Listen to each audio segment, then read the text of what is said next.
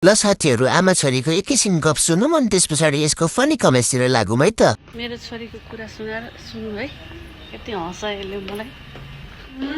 त्यो के को मासु रे तैँले गरेर सफा गरेर? ठुलो खसी भनेको के? अनि मैले बनाएको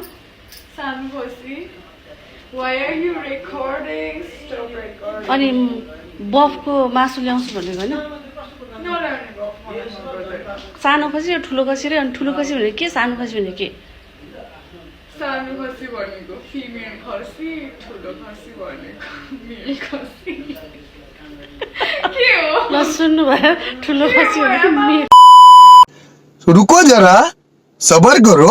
त्यति खर्च गरेर पढाएको त मतलब नै भएन नि। गुन्द्रुकको रुख कस्तो हुन्छ मम्मी भने जस्तो भयो। यो त ए फर एप्पल, बी फर बडा एप्पल, सी फर छोटा एप्पल भनेको जस्तो भयो। अच्छा। मेल एन्ड फिमेल बिचरा अनविज्ञान बच्चाले भनेको ठिकै हो। के हो?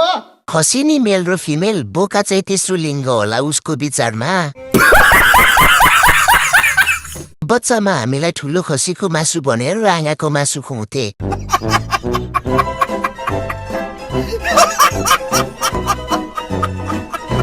साथीहरू, तपाईहरुलाई मेरो भिडियो मन परेको भए लाइक, कमेन्ट अनि फलो गर्न नबिर्सिनु होला है।